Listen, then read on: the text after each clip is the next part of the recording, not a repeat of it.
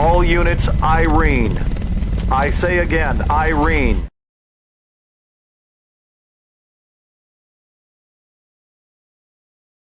The April annual autism issue includes articles on how community involvement and volunteering provide benefits for individuals with autism, including an article in the military section. Other topics include picky eating, understanding time concepts, and improving the haircut experience for individuals with sensory processing disorder. Read Exceptional Parent magazine for free by going to www. The final decision on the timing of D-Day will be mine, and mine alone. Called General Eisenhower. Tiger was a training op, dress rehearsal for D-Day. They walked right into it. One mistake. Just that one mistake. Ike, you have to stop doing this to yourself. What's done is done. Group Captain Dr. James Stagg, here at the express request of General Eisenhower. Do we have a date yet for the invasion zone? D-Day is in 61 hours from now. This is the largest seaborne invasion in history. Fate of the war, thousands of lives hinge on this. I need a forecast. Churchill tells me you're the best meteorologist in the country. Get me the latest readings from every single base within 2,000 miles of Normandy. The invasion's confirmed for Monday. Monday. Oh, they won't like this. We are faced with a succession of 2 aggressive storms. Are you absolutely certain? D-Day will be calm and sunny. I couldn't disagree with that more.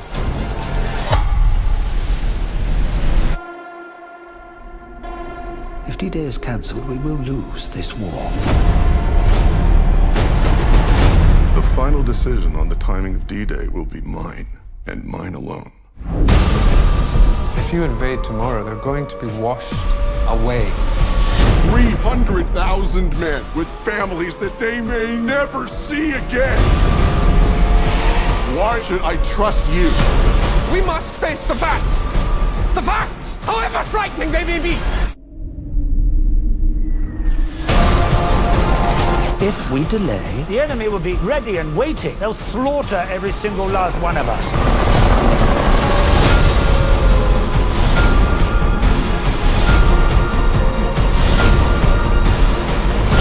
The storms that I'm talking about are real, and the wrath of nature is real.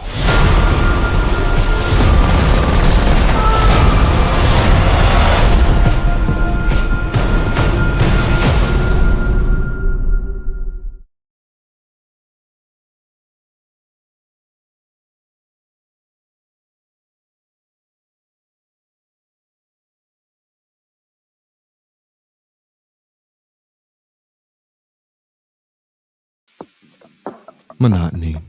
It comes in all shapes and sizes. Dull, tedious, just plain boring. But what is this? A contender, perhaps?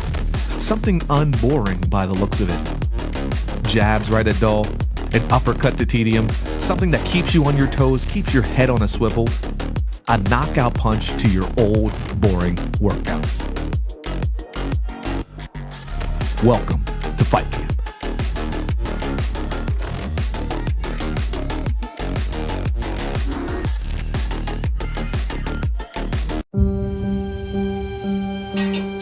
Am I under arrest? You've assaulted an innocent man in front of his wife and baby girl. Do you remember any of that? Does the defendant have any priors? Resisting arrest, DUI, assault. Hey!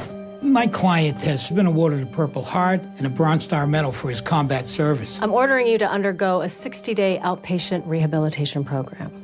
Good luck. Nah, I'm not doing that. Do you know what the VA's put me through? If you have a brain in your head, you're going to listen to me right now. Because the next time you try to provoke a lethal response from law enforcement, you might not have an angel sitting on your shoulder. The courts think that you're gonna fix me. I hate to disappoint you, but I can't fix you. That's your job, not mine.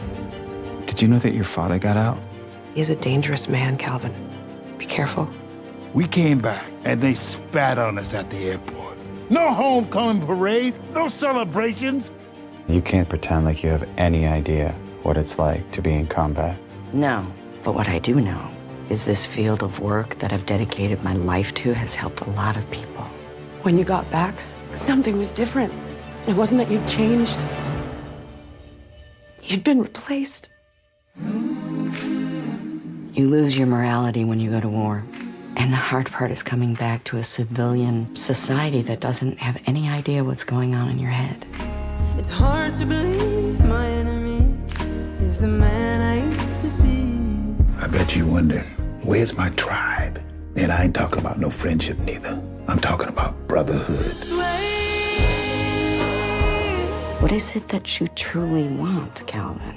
I just want to wake up in the morning and feel something. My pain is relative, son. Sometimes we gotta fall apart to find ourselves all over again.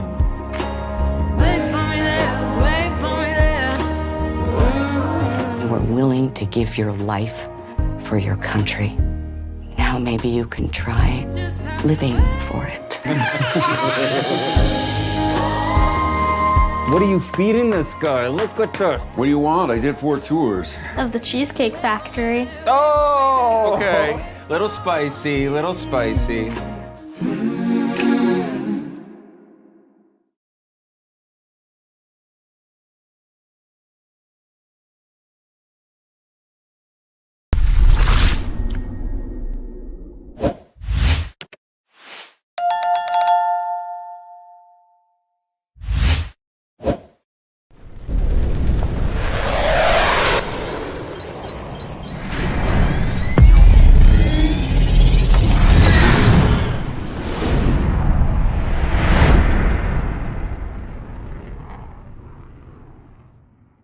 The movie, music, news, television promos, trailers, and videos used by Oscar Mike Radio are protected by the Fair Use Act. Section 107 of the Copyright Act. 1. The purpose and character of the use, including whether such use is of commercial nature or is for non-profit educational purposes. 2. The nature of the copyrighted work. 3. The amount and substantiality of the portion used in relation to the copyrighted work as a whole. 4. The effect of the use upon the potential market for or value of the copyrighted work. I joined the military to be a part of something bigger, and solving complex problems was part of the job. But when it came to my mental health, I had no clue where to start. Thankfully, you didn't need to figure it out alone. If the veteran in your life is having a hard time, you can be the one to offer help. VA has resources like family education about mental health challenges, couples therapy, and parenting courses, so you can help your veteran build a brighter future. Learn more about resources available at mentalhealth.va.gov/families.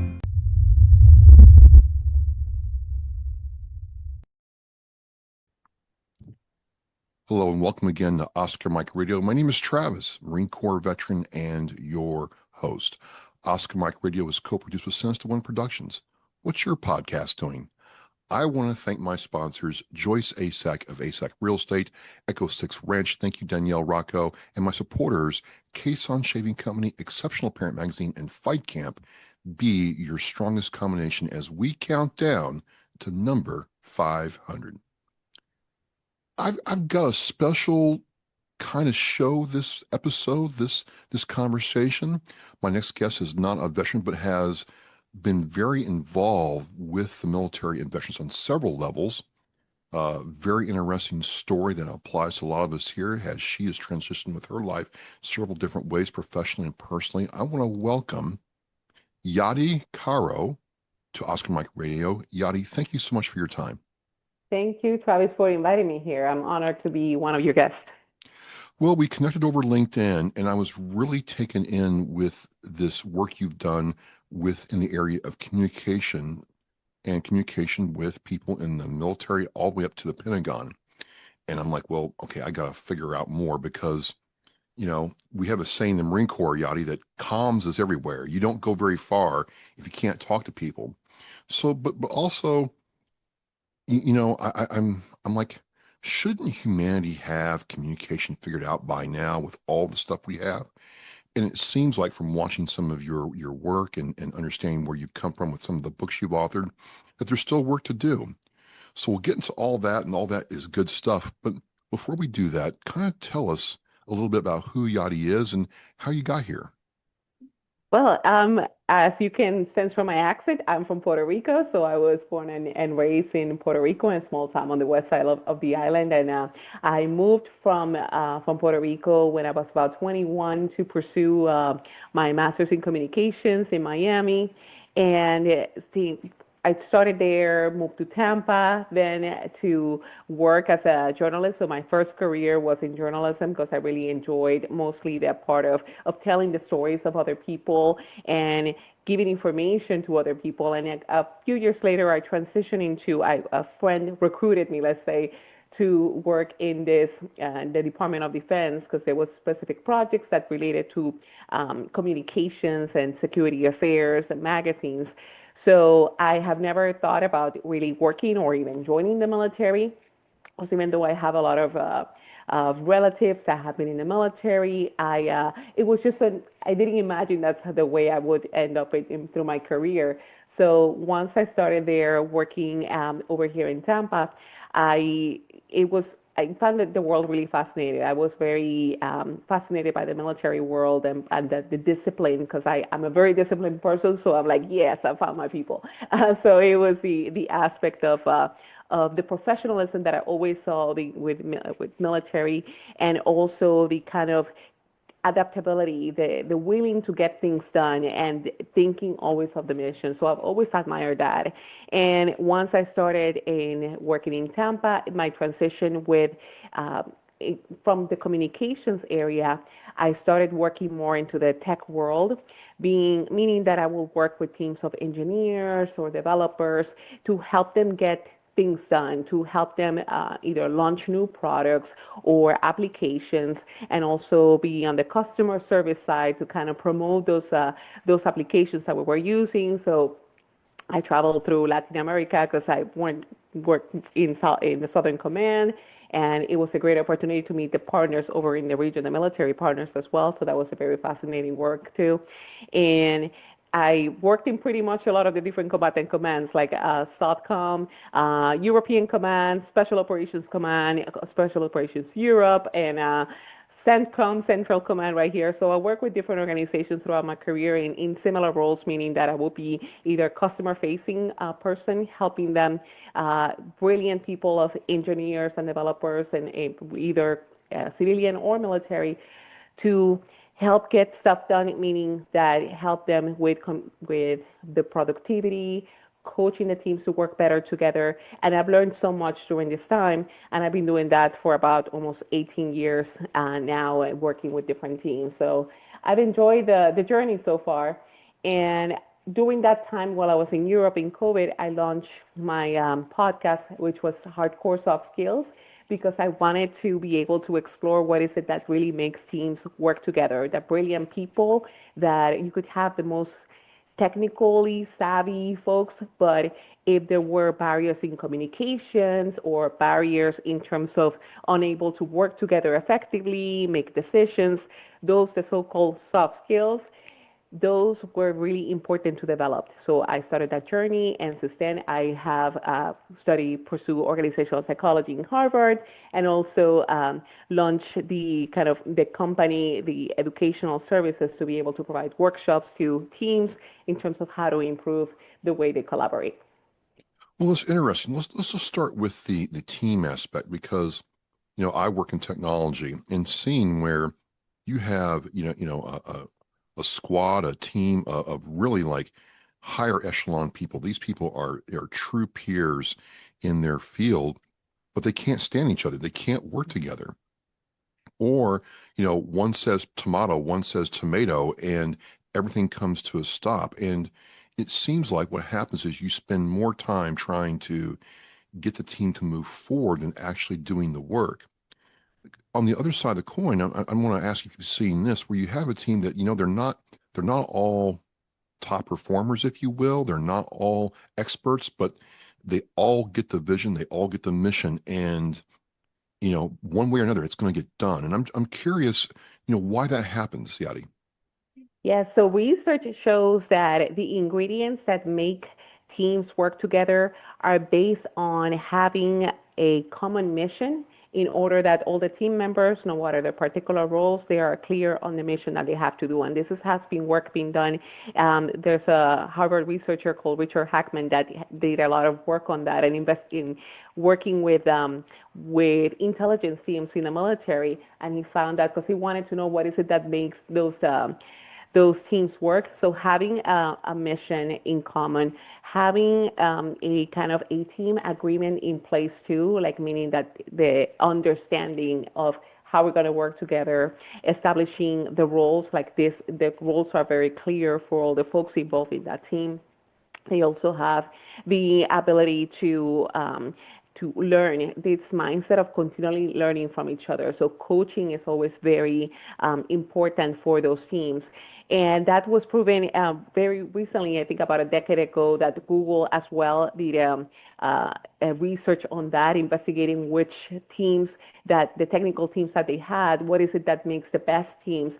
And it wasn't the fact that they had the best engineers or developers, it was that they were able to have a mission, a team agreement, and also psychological safety, the ability that, I know it sounds soft, like working in the military. I was talking with a former manager of mine, and he was like, don't use that term, psychological safety, it just sounds so soft. But it's basically the ability for teams to trust each other, to tell each other the truth in a respectful manner, but that they feel comfortable to dissent with each other. So ingredients like that no matter what people that you have in your team, you have the clarity, you have the common mission, and you also have the ability, the trust to really be able to give feedback and be able to share ideas are key ingredients that make good teams.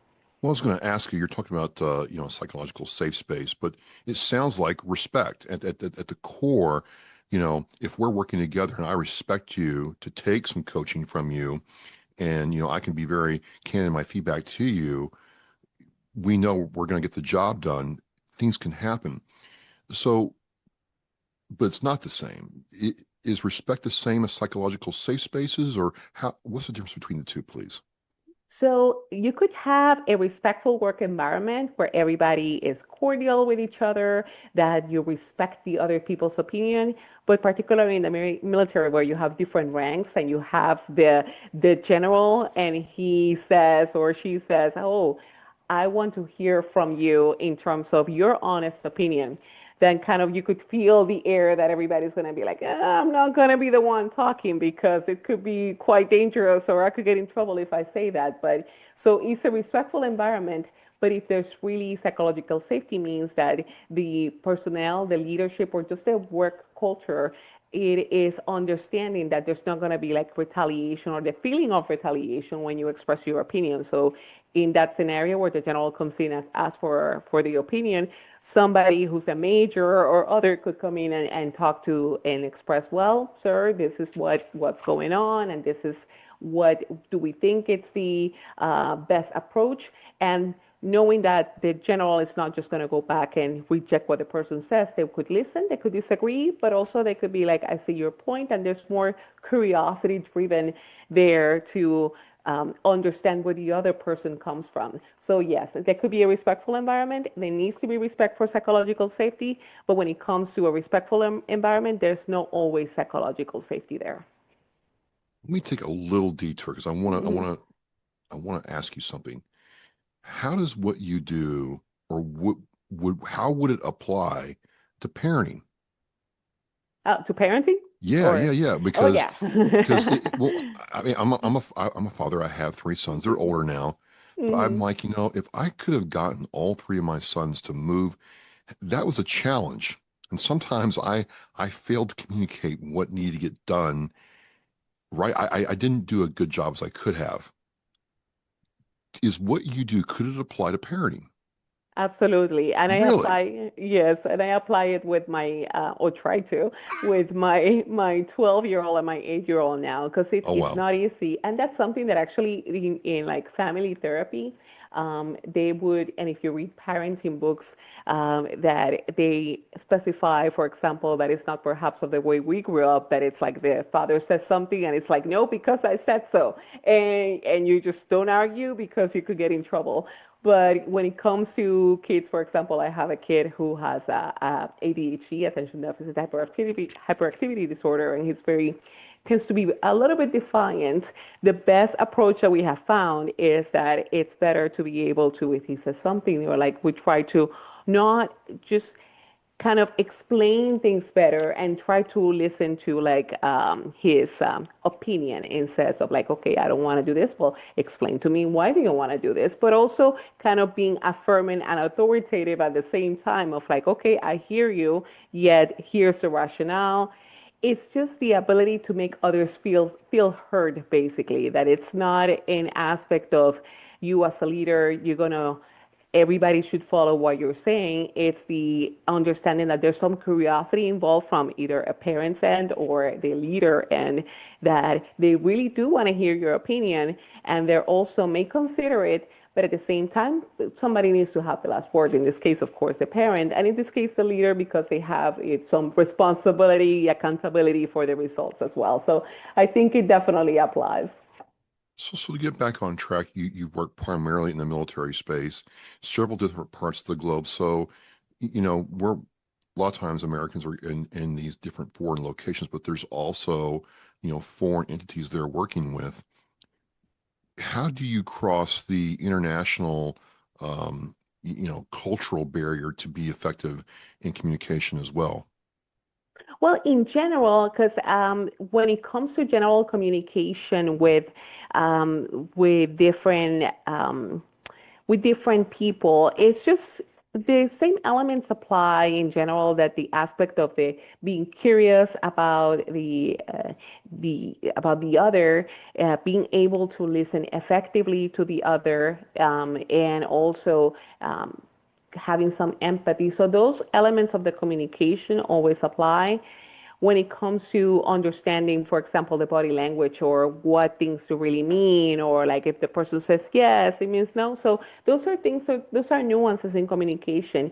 But it is very important to just maintain that respect in the communication, meaning that being able to be curious, listening effectively, and having coming from a standpoint of respect overall, that they're just simply universal. Now, of course, there's different styles in communication. I've talked to, like, as I'm me being from Puerto Rico, I know that there's different ways that we communicate, more expressively, or kind of like we're screaming perhaps, but we're having a nice conversation. Or with others as well, in the sense that they could be not necessarily too open to express, their opinion to you. Like if you're in a meeting, perhaps other people may not be wanting to speak up right away, but then you create the space for them to collaborate outside of the meeting and then bring their opinions into the meeting. So those are just simple considerations that we need to take from a cultural landscape. But the principles in terms of the curiosity, respect, and establishing those connections with people certainly always apply. So we're more alike than we think sometimes. Absolutely, yes. So hypothetically, we'll play a little game here. I have a company, and I am getting frustrated that, I have what I consider a good team. We have a good product, and we're just not, the KPIs are not quite matching up, and it just doesn't feel right. And the data is showing that something is off. And I bring you in and say, you know what, Yadi, I need you to come assess, me, because it starts from the top down to, the whoever the lowest person is in the totem pole. But I need my company assessed, and tell me what you think. What's your process to start saying, okay, I'm going to come and look at Travis Inc. and begin this journey with him? How's that work? I think the first step is, if your concern is particularly that, for example, KPIs are not being met, the first step there will be, are people familiar with the KPIs? Like, what do they mean to you? Like, you as a manager, as a CEO, will know, like, yeah, these are the KPIs. It's obvious. It's like, it's very clear, and you will assume that it should be common sense for everybody. Now, if you go to the people that work as part of your team, you would do an assessment on trying to identify, okay, so what do they mean to you, these particular KPIs? Do you know which ones are more important? Do you know how your particular role is expected to contribute to this KPI? So that understanding of the bigger vision needs to be clear to everybody, because that happens in some teams and that I work with, that, for example, the one of the manager was getting very frustrated that they were not meeting the deadline, that they were kind of like slacking supposedly. Now, when you go and ask the team or went to the team meetings, there wasn't really that sense of urgency of meeting those particular deadlines. They assumed there was an expectation of like, yeah, we could do the work in the next sprint, or it's fine. There's nobody really telling us like, if we don't do this, we lose the contract, something bad's going to happen. So understanding that there's that common vision from the bottom, and from the bottom to the top, that they all realize either the sense of urgency of meeting the KPIs, of what are the KPIs, and how the roles relate to the KPIs. That's when you kind of start the basis of, okay, then you can see where the lines are breaking. Then you could start, because usually that is the case when it comes to teams that may not be performing, either because they don't realize the urgency, or they feel that their role is like, yeah, my little old role doesn't really contribute to that. That's more like, that's above my pay grade. Right, so right. yeah, so they may not realize that. So it's important. That will be like the first step, and then you kind of start working with improving the team communications, that the vision is clear, defining how the role is really important, no matter their particular role, how it fits into that vision. That's very important to do. So it's establish that, hey, we have this goal, we have this thing we have to meet, and then to, for lack of a better term, I'm using the vernacular here, Yadi, is to get buy-in, and to make sure they understand the bigger picture so they can perform their role where they're at. Yeah, and not only buy-in, it's also kind of like they could even have their own interpretation that also contributes to the bigger picture, that they see like, you know what, my role as for example, a developer of this application for Travis Inc. is so important, because I know at the end that Travis Inc. does products for users, and that this person is not getting the application right, they could lose the ability to use this wonderful service that we have. So that they could see that there's an end on the other side. And it's not that you have convinced them necessarily, it's that even beyond you, they will be like, oh, perhaps Travis cares, but I care about the end user that's using this product that we're developing. So just listening to you, I have to think there is the communication aspect of your, service offering in your career. But it sounds like, and I don't like the assumptions, that you have a very grounded sense of what leadership is to effectively communicate. What's your approach to, or what's your perspective on what a good leader is, Yadi? It varies, and I have learned actually so much from the military in this regards, because I've seen what great leadership would look like in organizations, like seeing, for example, generals that are not willing to just stay in the office, that they are willing to really walk around, for example, and go ahead and really talk to people in the organization, and instead of just talking, expressing something, they're really there to listen. Or those are great leaders that I have seen. So it depends on. We have this image when it comes to leadership of this person that has great authority and that people are just going to follow because they have this big vision, I don't know, type style of like Jesus or something like that. But it's more along the lines of it. As long as a leader is able to get a team together, good leaders, from my perspective, they could have a soft style. They could be like not necessarily like the most eloquent expressing messages.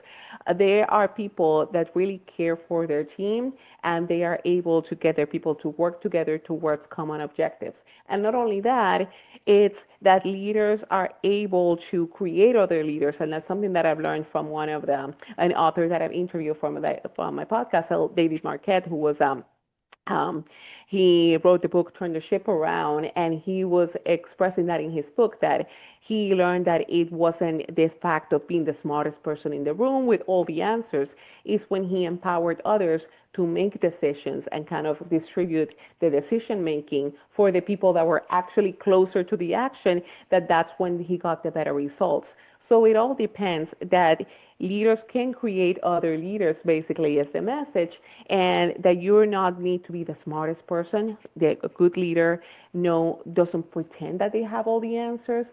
they can trust their team and they can also drive them towards a good direction. So it could be in different styles. It could be in very eloquent, authoritative style, or it could also be like coming from a place of standing in the sidelines and letting other people kind of act as a leader. So as long as they have the best intent for the team and have a common mission and vision, I think that's what makes a good leader.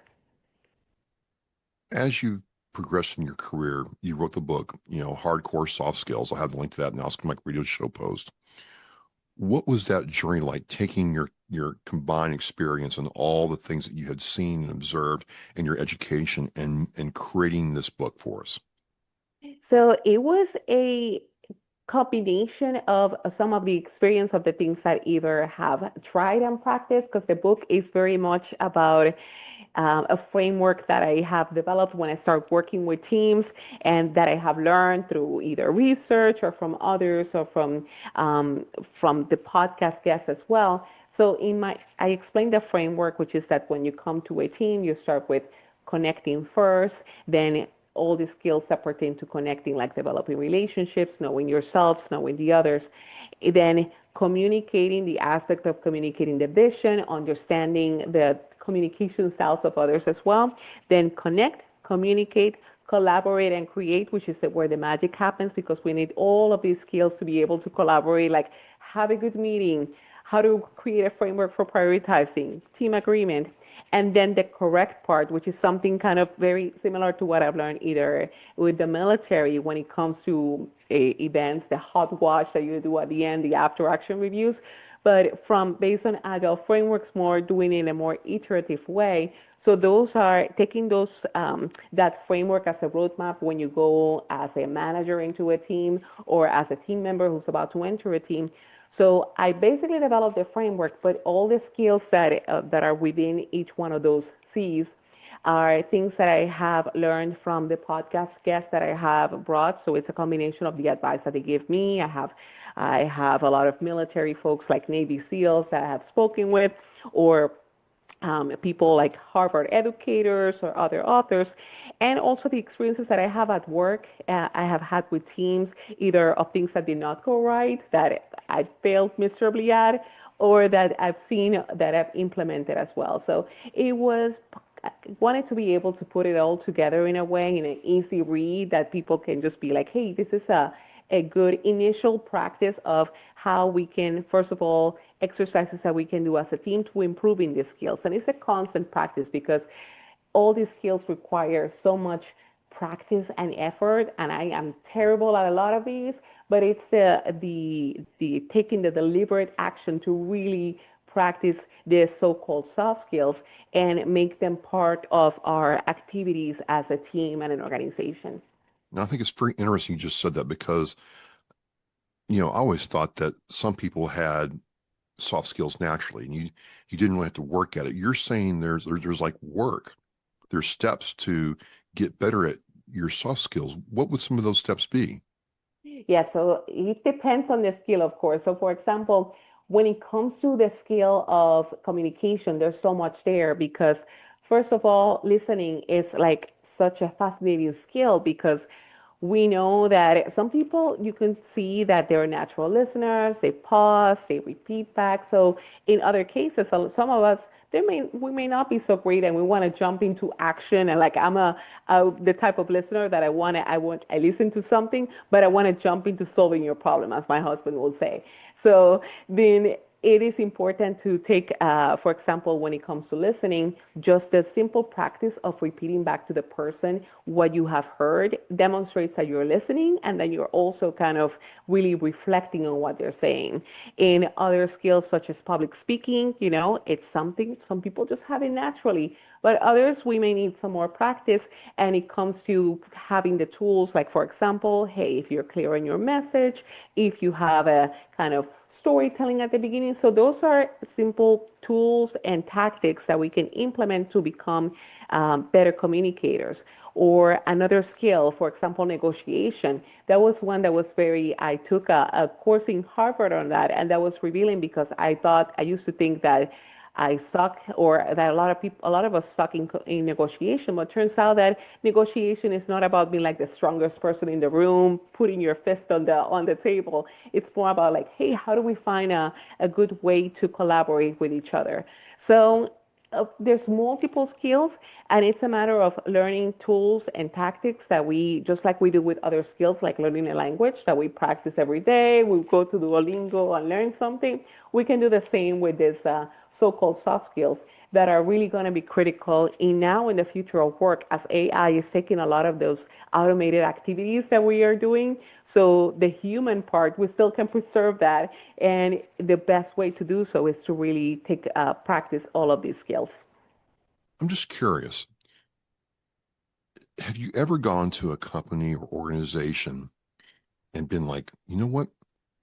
This place has like most of this right, and they just need a little bit, versus, oh my God, we're going to have to start with the basics and practice these soft skills to get good at them. Have you ever had the experience where, you know what, they're doing most or almost all of this right, and they just need a little help? Have you ever had that experience? I think a lot of what you see is a variety in a lot of organizations. And at times, one thing that I have noticed a lot is, for example, you could have different teams doing things right. But when it comes to connecting the dots of interconnecting with other teams or breaking those silos, that's an important part that I've seen, that it's common in organizations. Like, you could have an awesome team here of a project team that is amazing, yet that project team has to be interdependent with this other like technical team, the network folks that they have to work with. But in order to be better together and really get the project going, they really need to collaborate with each other. And sometimes there's a lot of hesitation from one excellent team to collaborate with the other team. They're like, oh, they're the other. They're not us. I mean, Yadi, it's like I'm guilty of this. It's family first, Yadi. I know. Plan second, and if you're not in my team, I'm like, woohoo. Yeah. And it helps and it helps the team to kind of to feel like us against the world. It helps to Yes. create that cohesion. Yes. So you're saying that I could be better at that, is what you're saying. Yeah, I think if our work with others, we can all be, because it's the same thing. Like, we look at the other like it's their fault, or these people are not as awesome as us, but oh well. But I think if we start identifying the interconnectedness in an organization, we should be able to improve our own results, because we could see like, hey, we cannot this project going because this network people, they just haven't meet their deadline. But at the end, it looks bad on us. If we were to develop a good relationship with them, then we make each other look good. So it's looking at it from the perspective of like, hey, we can keep the family feeling, we can keep the us against the world feeling, but at the same time, we could leverage other teams and kind of break those silos and increase the good, and think along the lines of, hey, we can share our best practices with other teams as well, and they could become as awesome as us. So yeah. What happens then when you've come into a place and you've had them implement this, and they take your advice and your counsel, and they implement these practices, these hardcore soft skills, and they start seeing results? What's the feedback like when you get that from an organization? I believe from what implementing, for example, techniques such as how to give more transparency to the work, like when we share the work with others or invite others to see our work, and we have been able, for example, as a team, to prioritize and make the work visible to others. I think it's a realization that they could that there's a need for continual learning. So as a team, we can learn a lot of things, but at the same time, we realize that, hey, I've discovered something else that I can improve. But just that feeling of learning is what's something that becomes very critical when it comes to either doing workshops on soft skills or just essential skills, basically. So it's realizing that the teams really have the answer all along within them. So that's kind of like the coaching job. It's like you help bring the best out of a team, and realizing you don't have all the answers. For example, I don't have the answers for an organization, but just making them realize that, hey, if we take that humility to learn and we learn together, which is the most effective thing that we can do, because we can all individually like listen to books and podcasts on how to become a better communicator, or become better prioritizing, but creating that environment where a team can learn together and you give them the framework, then it just creates magic for that team, because they have all the answers. They may realize, like, you know what, this priority, the way we're doing prioritization is terrible. Let me figure out a better way. And I'm not the one with the answers, but I created the space to be able to give them a framework and being able to kind of help them come up with the solutions for that. You've done all this. You've had a very varied career, and it's, I read your career highlights, and I'm like, in some ways, you embody the military experience. You've had to reinvent yourself every so often, or when you want a new challenge. I'm curious, at this stage in your career, in your life, Yadi, what's next for you? So right now, it's yeah, reinventing is one of the things that I mostly admire from the military, because realizing that, hey, you have to move every couple of years, you have to go to a mission that you have no idea what it's going to be, who are the people that you're going to work with. So as long as there's an infrastructure in place, and it's good. But even in those cases, even the military, the personnel comes up and they create things from scratch. So that's some ways that I've always admired. So for myself, I have myself to starting with communications and working with different teams. And I work with like in different, like every couple of years, I will be switching teams to go to a different job. So right now, my focus is to be able to really focus on the message of educating teams and organizations on soft skills, even beyond the military. Like I've talked very recently with university institutions, working with not-for-profits, or even people in like the operating, like the manufacturing world, like the auto industry or others, because it's the common challenges that we all have of like, how do we work together as a team? So I want to be able to continue spreading that message throughout, based on a lot of lessons that I have learned, particularly from the military, in terms of how to apply those in different scenarios. So I want to continue growing hardcore soft skills, and just make sure that the education of these soft skills, quote unquote soft, because they're not soft, becomes the normal across all the organizations. Well, you said a couple of things that really stick out to me, is that you have to practice these soft skills. You have to work at your communication. You have to develop things. I guess I'm sitting here thinking, and I kind of alluded to it, like, wait a minute, we have the printing press, we have books, internet, Kindles, all these things to, flatten speed. I mean, we can communicate in different languages on Google if we want to, or different apps. But it still seems like, of all the basic things a human being has to do, that communication is still one of the most difficult things we face. I'm just curious, why do you think that is? I think it's the fact that even though we have all the tools out there, we have all the tools, as you say, we could be speaking in different languages, and we have the translator right there to kind of do the live translation for Right. us. So it's more that even though we're interconnected, quote unquote, there's not really there needs to be the deliberate desire to really connect with the other, to really be like, okay, if I'm, for example, in someplace in an event, that as a safe, measure, I grab my phone and I kind of like, it's like my safe space. I'm going to be here looking at my phone and scrolling, instead of just like, let me sit here in try to see if I can connect with a new person, which is extremely scary.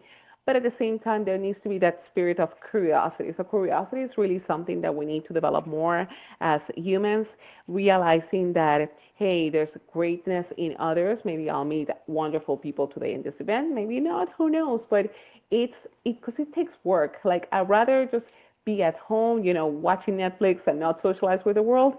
But I want, in what makes the humanity experience more enriching, and there's research to support that what makes life longer and happier is those relationships that we build.